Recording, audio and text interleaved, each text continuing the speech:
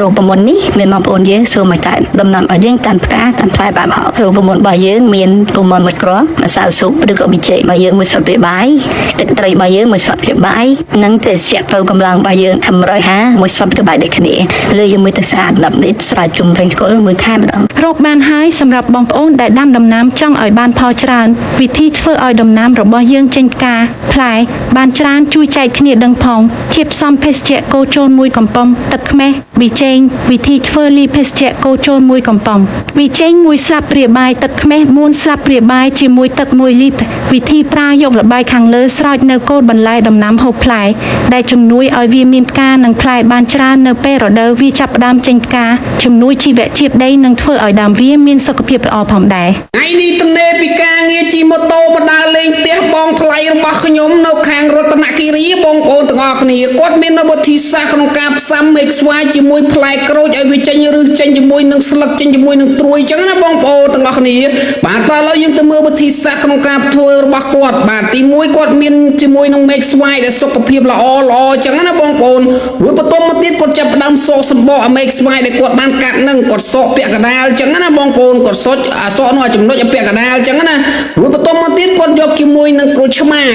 នេះគាត់យកជាមួយនឹងក្រូចឆ្មាខ្ចីដែលគាត់បេះពីដើមក្រោយផ្ទះរបស់គាត់មករួចហើយគាត់ខួងពាក់កណ្ដាលអញ្ចឹងណាបងប្អូនទាំងអស់គ្នារួចបន្ទាប់មកទៀតគាត់ចាប់ផ្ដើមយកមេឃស្វាយដែលគាត់បានចិត្តសម្បកហ្នឹងគាត់យករញាត់ពាក់កណ្ដាលអញ្ចឹងមកបងប្អូនបាទឥឡូវនេះគាត់ចាប់ផ្ដើមញាត់រួចហើយគាត់ចាប់ផ្ដើមយកជាមួយនឹងខ្ទឹមសបងប្អូនគាត់មានជាមួយនឹងខ្ទឹមសរួចបន្ទាប់មកគាត់ចាប់ផ្ដើមសកសម្បកខ្ទឹមសអញ្ចឹងណារួចហើយគាត់យកខ្ទឹមសមញីនៅពីលើត្រួយស្វាយលើអាមេឃស្វាយហ្នឹងអញ្ចឹងណាបងប្អូនបាទគាត់លាយរៀបហើយបន្ទាប់មកទៀតគាត់យកជាមួយនឹងដបទឹកសុទ្ធបាទគាត់យកមកជាមួយដបទឹកសុទ្ធរួចបន្ទាប់មកគាត់កាត់កដបទឹកសុទ្ធអញ្ចឹងណាដើម្បីឲ្យងាយស្រួលដាក់ទឹកដាក់អីអញ្ចឹងណាបងប្អូនបាទឥឡូវនេះគាត់ចាប់ផ្ដើមកាត់ហើយបាទគាត់កាត់ហើយគាត់យកជាមួយនឹងទឹកយើងនេះទឹកសុទ្ធក៏បានទឹកទំពាំងទឹកពីងក៏បានដែរបងប្អូនរួចបន្ទាប់មកទៀតបងប្អូនចាក់ចូលនឹងហើយបាទហើយចំណៃយើងឃើញពណ៌លឿងនេះបងប្អូនអានេះគឺជាហៅថាខារ៉ាបាវបងប្អូនយកខារ៉ាបាវចាក់ចូលដូចគ្នារួចបន្ទាប់មកទៀតបងប្អូនយកជាមួយនឹងបន្ទាកន្ទុយកំពើយកមកលាបជាមួយនឹងមេឃស្វាយជាមួយនឹងក្រូចនឹងអញ្ចឹងណាបងប្អូនទាំងអស់គ្នារួចលាបហើយបងប្អូនយកដាក់ចូលក្នុងពាក់កណ្ដាលអញ្ចឹងមករួចបន្ទាប់មកទៀតបងប្អូនទុកវាចោលរយៈពេលប្រហែលជា15ថ្ងៃណាបងប្អូន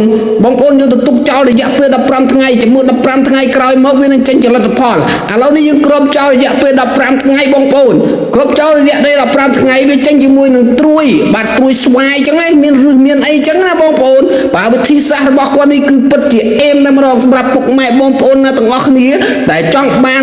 លទ្ធផលលឿនអញ្ចឹងណាបងប្អូនអាចយកវិធីសាស្ត្រមួយនេះសាកតាមអញ្ចឹងណាវាបងប្អូនឃើញជាមួយនឹងរឹសស្វាយត្រួយស្វាយអញ្ចឹងណាអញ្ចឹងបងប្អូនអាចដកវាយកទៅដាំបានហើយបាទវិធីសាស្ត្រមួយនេះគឺពិតជាល្អតែម្ដងចាំមើលខ្ញុំទៅដល់ផ្ទះរបស់ខ្ញុំនឹងធ្វើតាមគាត់ទាំងអស់គ្នាបងប្អូន